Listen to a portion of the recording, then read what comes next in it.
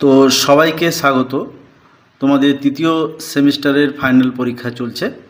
তো সংস্কৃত পরীক্ষা আর একদিন বাদেই রয়েছে, তাই পর্ষদের এই বইটি থেকে তোমরা শেষ মুহূর্তে কোন কোন জিনিসগুলো লক্ষ্য করবে সেই সম্পর্কেই আজকের ভিডিওটি করছি। অবশ্যই তোমরা উপকৃত হবে। তো যেগুলো আমি আলোচনা করব ওগুলো কিন্তু না করলেই নয়। যারা হয়তো একটু কম সংস্কৃত পড়েছো বা সাজেস্টিভ চাইছিলে, তো সাজেশান তো করা যায় না এমসিকিউর, কিন্তু এগুলো লক্ষ্য করলে অবশ্যই তোমরা উপকৃত হবে। তো এখন আমি আলোচনা করব তোমাদের এই বইটি থেকে সাহিত্যের ইতিহাস। তো তোমাদের যে সাহিত্যের ইতিহাস রয়েছে সেখানে কিন্তু তোমাদের নম্বর রয়েছে এমসিকিউর জন্য। তো পুরাণের সংক্ষিপ্ত পরিচয় এটা আলোচনা করব, এবং তারপরে তোমাদের কালিদাস, ভাস, ভবভূতি এবং তোমাদের আর্যভট্ট আর ব্রহ্মগুপ্ত, টোটাল 3টি টপিক আলোচনা করব। দেখো, পুরাণের সংক্ষিপ্ত পরিচয় যেটা তোমাদের রয়েছে টপিকে, তো এখানে কোন কোন জিনিসগুলো তোমরা বেশি করে মনে রাখবে। তো দেখো, পুরাণ শব্দের অর্থ পুরনো। তো এরকম একটা প্রশ্ন দিতে পারে যে পুরাণ শব্দের অর্থ কী। তারপরে এখানে দেখো, বৃহদারণ্যক উপনিষদে ইতিহাস ও পুরাণকে 4 বেদের মর্যাদার তুল্য দেওয়া হয়েছে। তো বৃহৎ আরণ্যক উপনিষদে কিন্তু ইতিহাস পুরাণকে 4 বেদের তুল্য মর্যাদা দেওয়া হয়েছে, এরকম একটা প্রশ্ন আসতে পারে এখানটায়। আর এখানে পুরাণ শব্দের অর্থ এক্ষুনি বললাম, যেটা পুরনো কালের কোনো কিছু বা পুরাকালের অতীতের কোনোরূপ ঘটনা, তাই এর নাম পুরাণ। পুরাণের রচয়িতা সম্পর্কে বলা হয়েছে যে বেদকর্তা এবং মহাভারতকার, অর্থাৎ ব্যাসদেবী হচ্ছে পুরাণ, মহাপুরাণ এবং উপপুরাণের রচয়িতা, এটা তোমরা মনে রাখবে। আর ব্যাস শিষ্য লোমহর্ষণ গুরুর মুখ থেকে পুরাণগুলি শ্রবণ করেছেন। তারপরে কিংবদন্তি অনুযায়ী মহাভারতের প্রবক্তা সুত লোমহর্ষণের কিছু পুরাণের প্রবক্তা, অর্থাৎ তিনি লোমহর্ষণ পুরাণের প্রবক্তা, এটুকু তোমরা এখান থেকে জানবে।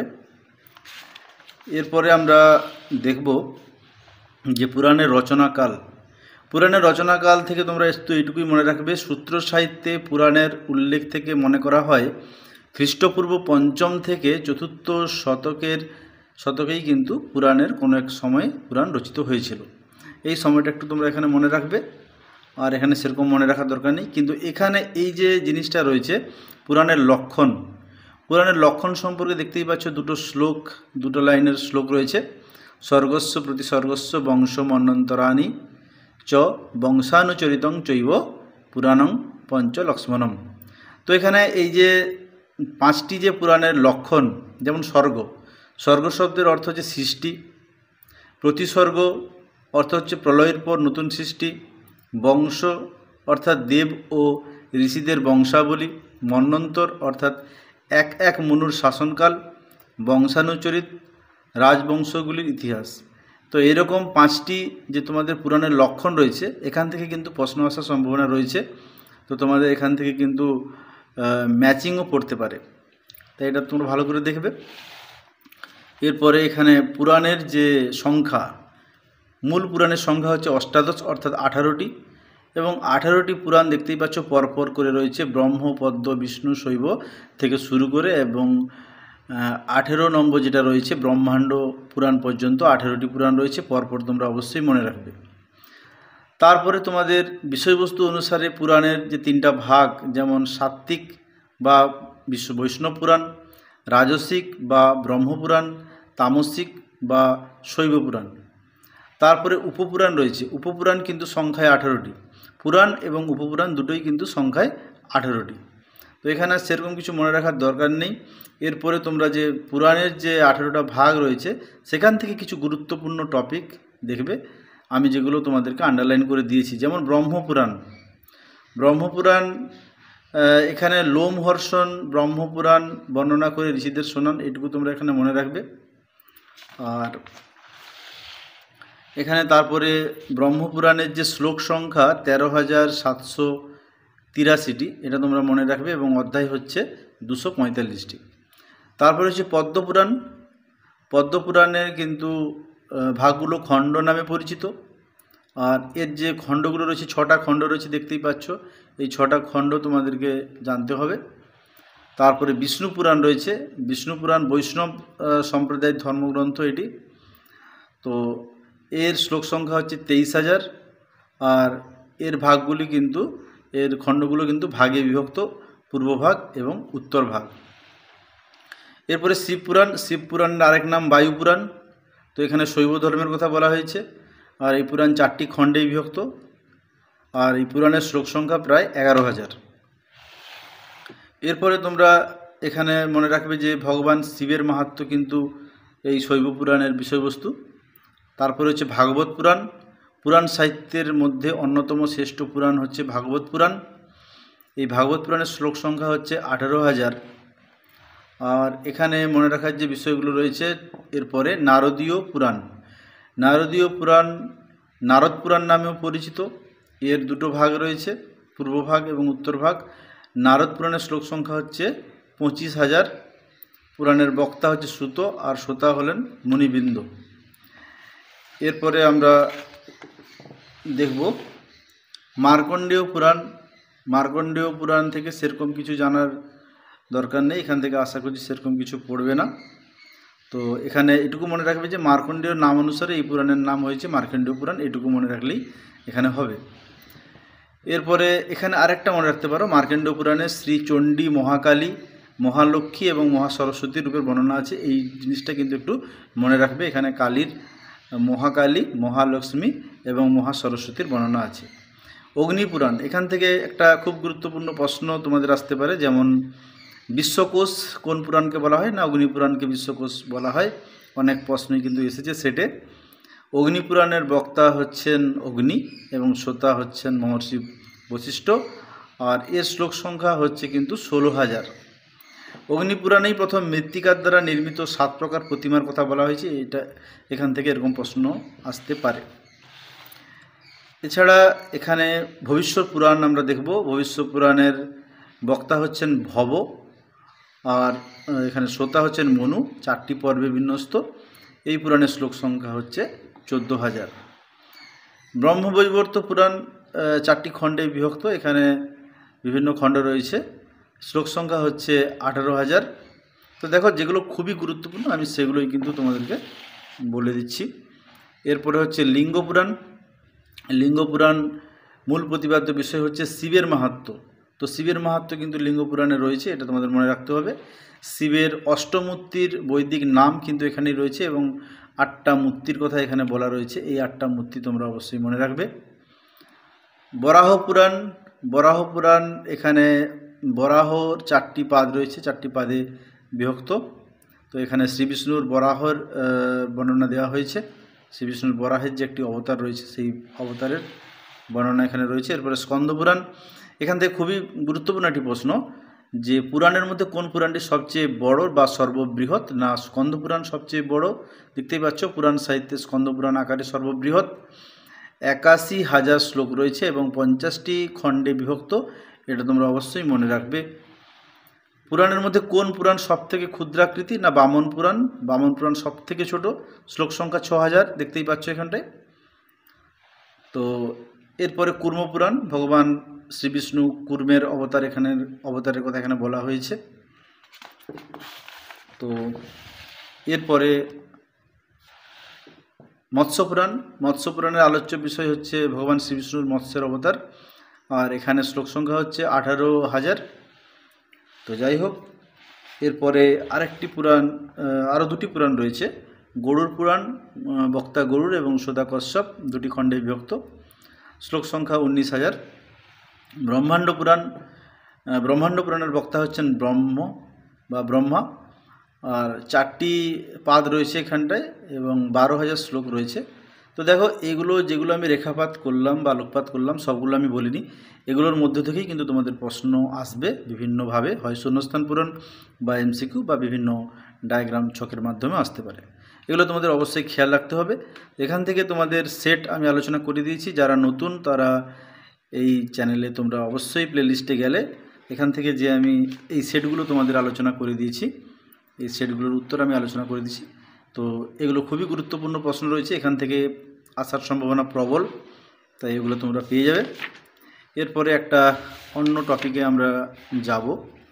তো পুরাণ হয়ে গেল, এরপরে আমরা দেখো এরপরে আমরা আসছি ভাস। তো তোমাদের আরেকটি যে টপিক রয়েছে ভাস, কালিদাস এবং ভবভূতি, সেই টপিকে আমরা আসছি। তো এখান থেকে তোমরা ভাস থেকে কি মনে রাখবে না, ভাস থেকে মনে রাখবে যে 1909 খ্রিস্টাব্দে মহামহোপাধ্যায় টি গণপতি শাস্ত্রী ত্রিবান্দমে পদ্মনাভপুরম অঞ্চলের কাছাকাছি মল্লিকর নাথম দুটি এই মঠে দুটি পুঁথিতে, তালপাতার পুঁথিতে মোট 13টি নাটক আবিষ্কার করেছিলেন। তো এখান থেকে প্রশ্ন আসার সম্ভাবনা রয়েছে, কে আবিষ্কার করেছিলেন, কখন আবিষ্কার করেছিলেন নাটকগুলি, এবং ভাসের লেখা কতগুলো নাটক, 13টি নাটক সব কিন্তু এখানে রয়েছে। তো এখানে দেখতেই পাচ্ছ আবার আলাদা করে কিন্তু এখানে লেখা রয়েছে 13টি নাটক। আর এখানে কিছু গুরুত্বপূর্ণ প্রশ্ন আমি দাগিয়ে রেখেছি। প্রস্তাবনা শব্দের পরিবর্তে স্থাপনা শব্দের প্রয়োগ রয়েছে, অপাননীয় পদের ব্যবহার রয়েছে।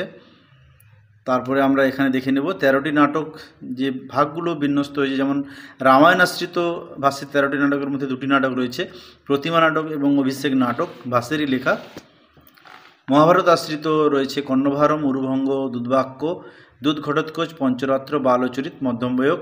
এখানে তাহলে 7টি রয়েছে, কিন্তু এখানে বলে রাখা প্রয়োজন, তোমাদের অপশানে যদি 6টি থাকে তোমরা 6টি করবে, কারণ বালচরিত্র কিন্তু হরিবংশ কৃষ্ণ উপাখ্যান অবলম্বনে রচিত।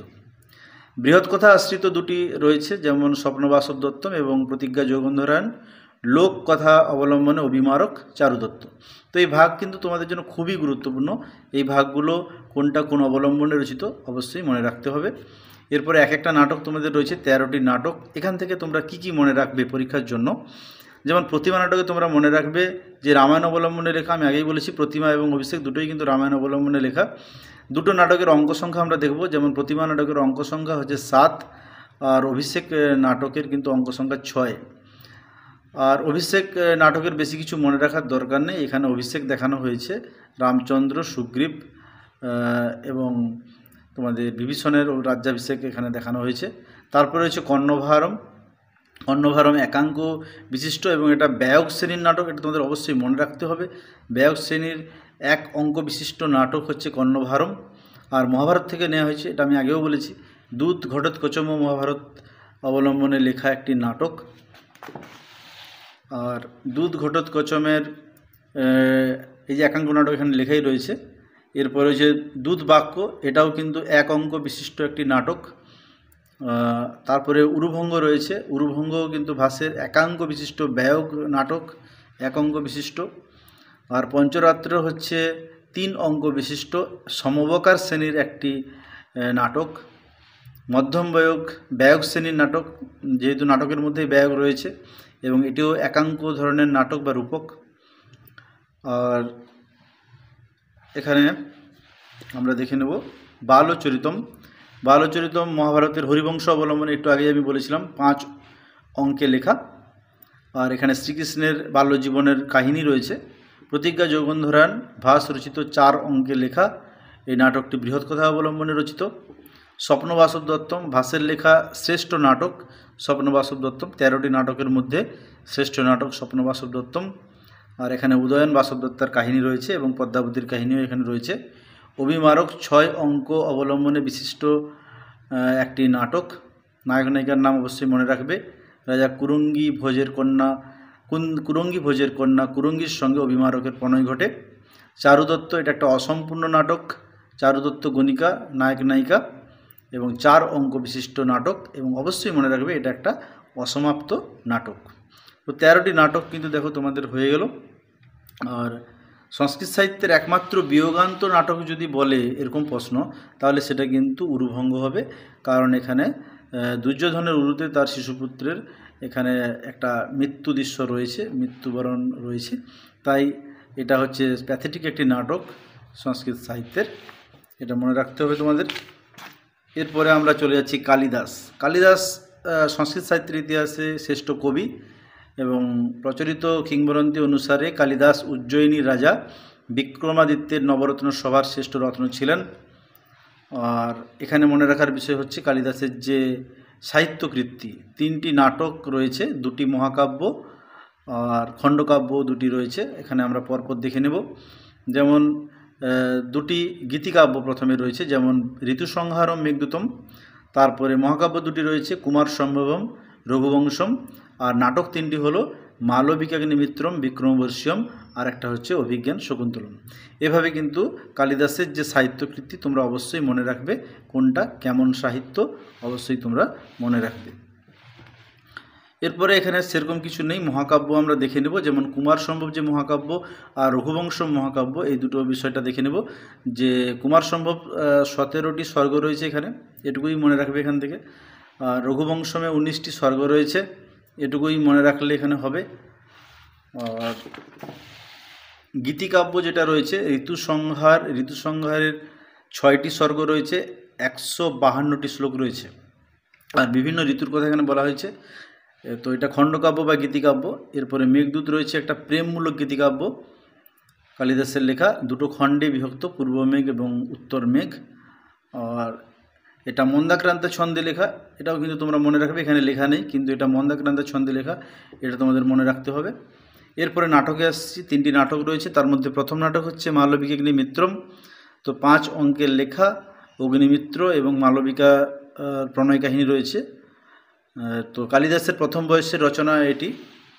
এরপরে আমরা দেখব বিক্রমবর্ষীয়ম ত্রটক জাতীয় রচনা, 5 অঙ্ক বিশিষ্ট, পুরুরবা এবং উর্বশীর প্রণয় কাহিনী এখানে রয়েছে। আর অভিজ্ঞান শকুন্তলম, তো এটাও কালিদাসের লেখা, 7 অঙ্ক বিশিষ্ট একটি নাটক এবং কালিদাসের শ্রেষ্ঠ নাটক। আর নায়ক নায়িকা হচ্ছে নায়ক দুষ্যন্ত, নায়িকা শকুন্তলা। আর যদি বিদূষক বলে তাহলে অবশ্যই তোমরা মাধব্য মনে রাখবে, এখানে লেখা নেই। তো এরপরে আমরা দেখব ভবভূতির সাহিত্যকৃতি। তার আগে এখানে একটু জেনে নিবে যে শকুন্তলা আর দুষ্যন্তের যে পুত্র তার নাম হচ্ছে সর্বদমন। ভবভূতির যে সাহিত্যকৃতি রয়েছে, 3টি সাহিত্যকৃতি আমরা পাবো। তার আগে আমরা জেনে নেব যে ভবভূতি যে নামটি, তার নাম পূর্বে ছিল শ্রীকণ্ঠ এবং ভবভূতি তার উপাধি। যথার্থ নাম শ্রীকণ্ঠ এবং ভবভূতি হচ্ছে উপাধি, এটা তোমরা মনে রাখবে। আর 3টি নাটক যে রয়েছে, মালতী মাধবম, মহাবীর চরিতম, উত্তর রামচরিতম। তো এখানে দেখো এইগুলো যে আলোচনা করছি, এগুলোর মধ্যে একটা প্রশ্ন এইভাবেও আসতে পারে যে সময় অনুসারে কোন কবি বা সাহিত্যিকের নাম আগে। যেমন প্রথমে আসছে ভাস, তারপরে আসছে কালিদাস, তারপরে ভবভূতি। এই ক্রমটা কিন্তু তোমরা পরপর মনে রাখবে। তোমাদের এরকম যে আনুমানিক যে সাল রয়েছে এটা মনে না রাখলেও ক্রমটা মনে রাখলেও কিন্তু হবে। তাহলে ভবভূতির 3টি নাটক, মালতী মাধবম, মহাবীর চরিতম, উত্তর রামচরিতম। তো মালতী মাধবম দেখো 10 অঙ্কের প্রকরণ জাতীয় নাটক। প্রকরণ কথাটা একটু খেয়াল রাখবে, যেটা 10 অঙ্ক হলে প্রকরণ বলা হয়ে থাকে, তো প্রকরণ শ্রেণীর নাটক। আর এখানে সেরকম কিছু মনে রাখার দরকার নেই এখন শেষ মুহূর্তে। উত্তর রামচরিত কিন্তু ভবভূতির শ্রেষ্ঠ নাটক, আর এটা 7 অঙ্ক বিশিষ্ট নাটক, এখানে তেমন কিছু মনে রাখার দরকার নেই, রামকথা অবলম্বনে রচিত। আর মহাবীর চরিত ভবভূতির 7ম অঙ্ক বিশিষ্ট নাটক। আরেকটা জিনিস এখানে মনে রাখবে, এই যে 3টি নাটক ভবভূতির, এই 3টি নাটকের কোনোটি নাটকেই কিন্তু বিদূষক নেই, বিদূষকহীন এই নাটকগুলো কিন্তু বিদূষকহীন, এটা তোমরা অবশ্যই মনে রাখবে। তো দেখো এরপরে প্রশ্ন রয়েছে, এই প্রশ্নগুলোর উত্তর কিন্তু আমি আলোচনা করে দিয়েছি। যারা তোমরা নতুন পাওনি তারা অবশ্যই এই চ্যানেলে দেওয়া রয়েছে, তোমরা পেয়ে যাবে। তো এরপরে আলোচনা করব সাহিত্যের ইতিহাসে তোমাদের যে রয়েছে আর্যভট্ট এবং ব্রহ্মগুপ্ত। তো দেখো ভারতীয় জ্যোতির্বিজ্ঞান ইতিহাসে আর্যভট্ট একটা স্মরণীয় নাম। আর এখানে মনে রাখার বিষয় যে 2টি গ্রন্থ রয়েছে, আর্যভট্টীয় আর একটা হচ্ছে আর্য মহাসিদ্ধান্ত। আর্যভট্টীয় যে গ্রন্থ, এটা পৃথিবী সূর্যের চারদিকে ঘোরে এবং চন্দ্রগ্রহণ সূর্যগ্রহণ এই বিষয়টাই কিন্তু এই গ্রন্থে রয়েছে। আর আর্য মহাসিদ্ধান্ত যেটা রয়েছে তার দ্বিতীয়, অর্থাৎ আর্য মহাসিদ্ধান্ত যে দ্বিতীয় অংশ বা গ্রন্থ, দশগীতিকা বিভিন্ন সূত্র এখানে স্থান পেয়েছে। আর এবং আর্যাষ্ট শতক এই দুটো ভাগে রয়েছে, অর্থাৎ দশগীতিকা এবং আর্যাষ্ট শতক এই দুটি ভাগে বিভক্ত রয়েছে, এটা তোমরা মনে রাখবে। আর আর্যাষ্ট শতকের 3টি পরিচ্ছেদ রয়েছে, গণিতপাদ, কালক্রিয়াপাদ, গোলপাদ। যদিও আমার মনে হয় না এত ডিপ থেকে প্রশ্ন দেবে, তাও একটু এইগুলো তোমরা খেয়াল করবে। আর এখানে কালক্রিয়াপাদ যেটা রয়েছে তার কিন্তু এখানে সময় গণনাটা দেওয়া রয়েছে, 1 বছর সমান 12 মাস, 1 মাস সমান 30 দিন, এক দিন সমান 60 নাড়ি, এক নাড়ি সমান 60 বিনাড়ি। তো এগুলো তোমরা একটু খেয়াল করবে। আর্যভট্টের গ্রন্থগুলির টিকাকার হলেন লাটদেব, যিনি আর্যভট্টের প্রত্যক্ষ শিষ্য। আর প্রাচীন ভারতের যে অন্যান্য গণিত জ্যোতির্বিদ রয়েছে, আর্যভট্টের নাম রয়েছে। তো এখানে একটু মনে রাখবে যে আর্যভট্ট জ্যোতির্বিদও বটে, আবার গণিতজ্ঞও বটে। এরপরে ব্রহ্মগুপ্তও কিন্তু তোমাদের জ্যোতির্বিদ এবং গণিতবিদ নামে স্মরণীয়।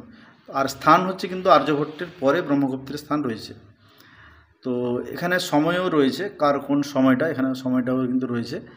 তো দেখো তোমাদের যে রয়েছে ব্রহ্মস্ফুট সিদ্ধান্ত, অর্থাৎ ব্রহ্মগুপ্তের লেখা বিখ্যাত বা মহামূল্যবান যে গ্রন্থ, তার নাম হচ্ছে ব্রহ্মস্ফুট সিদ্ধান্ত। 24টি অধ্যায়ে বিভক্ত, এটা তোমরা অবশ্যই ভালো করে মনে রাখবে।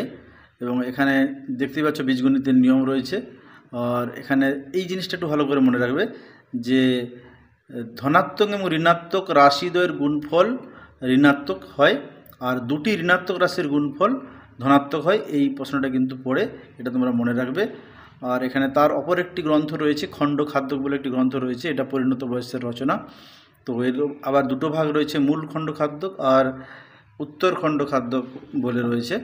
তো এইটুকু মনে রাখলেই কিন্তু ব্রহ্মগুপ্ত থেকে হবে।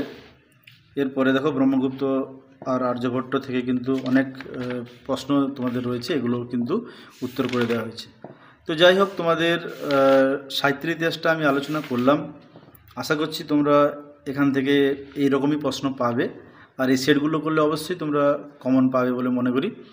তো এরপরেও যদি তোমাদের কোনো পার্ট প্রয়োজন হয়, অবশ্যই তোমরা দেখার সঙ্গে সঙ্গে কমেন্ট করবে, তাহলে কিন্তু আমি বাকি জিনিসগুলো আলোচনা করব। না হলে আমি বুঝতে পারছি না এই মুহূর্তে কার কোনটা প্রয়োজন। তো আজকে এই পর্যন্তই।